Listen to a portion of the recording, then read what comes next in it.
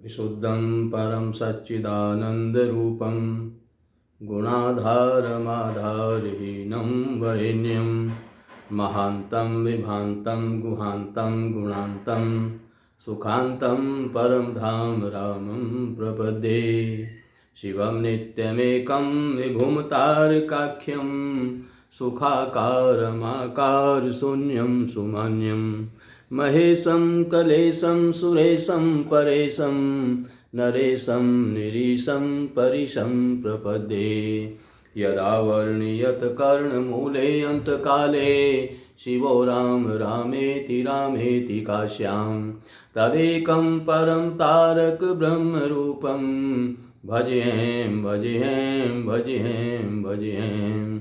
महारत्नपीठे शुभे कर्णमूले सुखासीनमादित्यकोटिप्रकाशं सदा जानकी लक्ष्मणोपेतमेकं सदा रामचन्द्रं भजें भजें।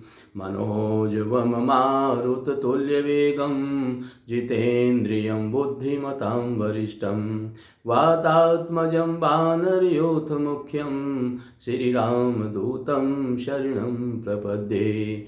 नारायणं नमस्कृत्यं नरं चैव नरोत्तमं देवीं सरस्वतीं व्यासं ततो जयमुदीरयेत्। वसुदेवसुतं देवं कंसचाणूरमर्दनं देवकी परमानन्दं कृष्णं वन्दे जगद्गुरुं। बोलिए श्री वृंदावन बिहारी लाल की जय, श्री गुरुदेव भगवान की जय। आज से वैशाख मास प्रारंभ हो गया है, तो वैशाख मास बड़ा ही पुण्य महीना है। इस वैशाख मास में दान पुण्य व्रत तीर्थ और जप पूजन आदि करने से, दान करने से अनंत गुणा फल प्राप्त होता है।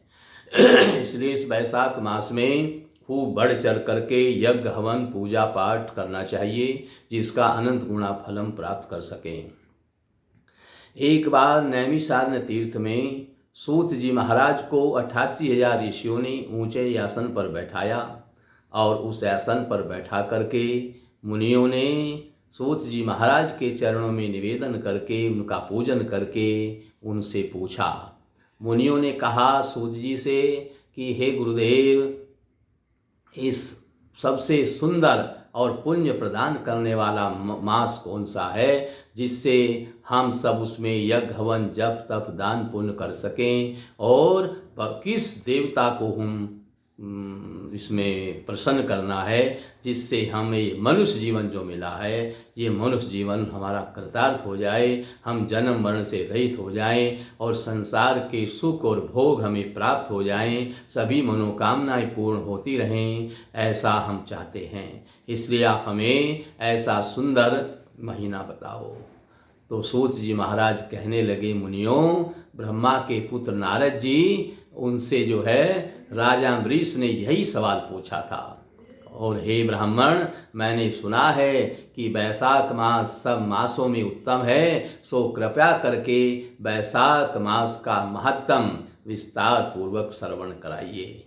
इस प्रकार से अम्बरीश के पूछने पर नारद जी ने उन्हें जो बताया, और अम्बरीश ने ये भी पूछा कि ये मास भगवान को अधिक प्यारा क्यों है, इस मास में क्या दान करना चाहिए और इसका क्या फल है, और इस मास में कौन से कर्म करने योग्य हैं और उनको करने से कौन से देवता प्रसन्न होते हैं, और भगवान विष्णु को कौन से कार्य और कौन से दान ज़्यादा प्रिय हैं, ये हमें बताने की कृपा करें। और उन दान और कार्यों के फल, उनका उद्देश्य भी आप विस्तार पूर्वक हमें श्रवण कराइए। भगवान का पूजन कैसे करना चाहिए और किन वस्तुओं से करना चाहिए, ये सब में विस्तार से मुझे समझाइए। राजा सूत जी महाराज ऋषियों को कह रहे हैं कि राजा अम्बरीश के इस प्रकार पूछने पर नारद जी बोले, हे राजन, सब मासों का जो वृत्तांत है वो भगवान विष्णु जी ने लक्ष्मी जी से कहा, और लक्ष्मी जी को भगवान विष्णु ने जो कहा वो मैं आपको बताऊंगा, और मुझे ब्रह्मा जी ने सुनाया, और उसी को मैं आपसे कहता हूँ। सुनो, वैशाख मास विद्याओं में वेद, मंत्रों में प्रणव, वृक्षों में कल्पवृक्ष, गौओं में कामधेनु, नागों में शेषनाग, पक्षियों में गरुड़, देवताओं में विष्णु, वर्णों में ब्राह्मण और प्रिय वस्तुओं में प्राण। प्राण से ज़्यादा कोई प्रिय वस्तु नहीं होती, तो प्रिय वस्तुओं में ये महीना प्राण है, मित्रों में ये महीना भार्या है, नदियों में ये महीना गंगा है, और तेजस्वियों में ये भगवान सूर्य है, क्योंकि भगवान सूर्य के समान तेजवान कोई नहीं है। शस्त्रों में ये सुदर्शन चक्र है, और धातुओं में स्वर्ण है, और वैष्णवों में भगवान शिव है, क्योंकि भगवान शिव से बड़ा वैष्णव कोई नहीं है, इसलिए वैष्णव में भगवान शिव है। रत्नों में ये कौस्तुभ मणि है, और उसके समान है। भगवान की भक्ति के लिए ये मास सदा सबसे उत्तम है, इससे उत्तम कोई मास नहीं है। राधे राधे। इस प्रकार से भगवान की भक्ति के लिए मास सबसे उत्तम है। मेष राशि की संक्रांति अर्थात वैशाख मास में जो सूर्योदय से पहले स्नान कर लेता है, उसके 4 चीजें मिलने लगती हैं। आयु, विद्या, यश और बल, ये 4 चीजें उसकी बढ़नी शुरू हो जाती है। जो इस वैशाख मास में सूर्योदय से पूर्व स्नान कर लेता है। सूर्योदय से पूर्व स्नान करने मात्र से ही आयु, विद्या, यश और बल, ये 4 चीजें बढ़नी प्रारंभ हो जाती हैं, और जो पुण्य कार्य हम जो कर्म करेंगे उसका फल अलग से मिलेगा। राधे राधे।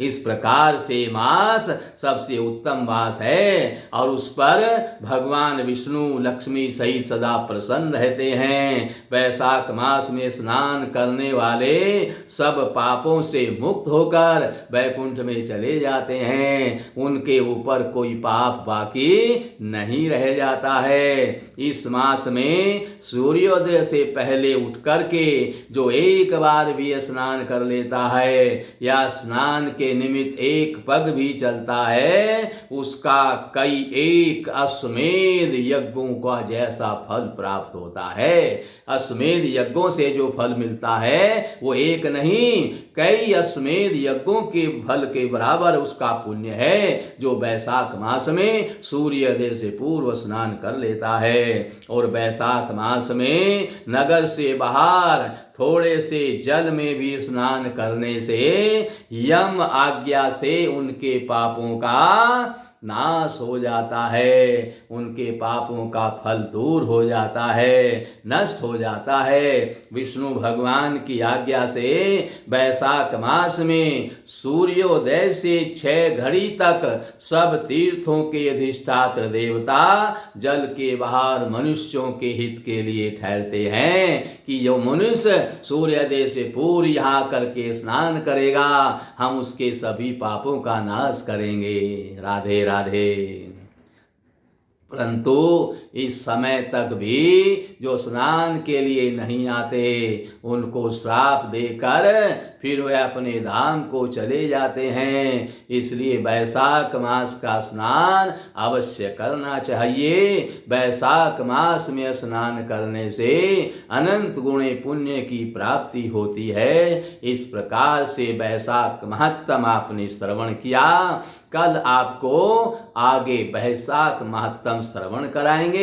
कल तक इंतजार करें, और जो ये आज सुनाया गया है इस पर अमल करें। इस पर अमल करने से आपके सभी पाप दूर हो जाते हैं। कल सब प्रकार की विधि भी आपको बताई जाएगी। उस विधि के अनुसार आप वैशाख महत्तम श्रवण करते रहें, और वैशाख महत्तम में सूर्योदय से पूर्व उठ करके स्नान करके मनुष्य जीवन को सफल बनाएं। जय श्री राधे। कर्पूर गौरम करुणावतारम संसार सारम भुजगेन्द्रहारम सदा वसंतम हृदयारविंदे भवम भवानी सहितम नमामि।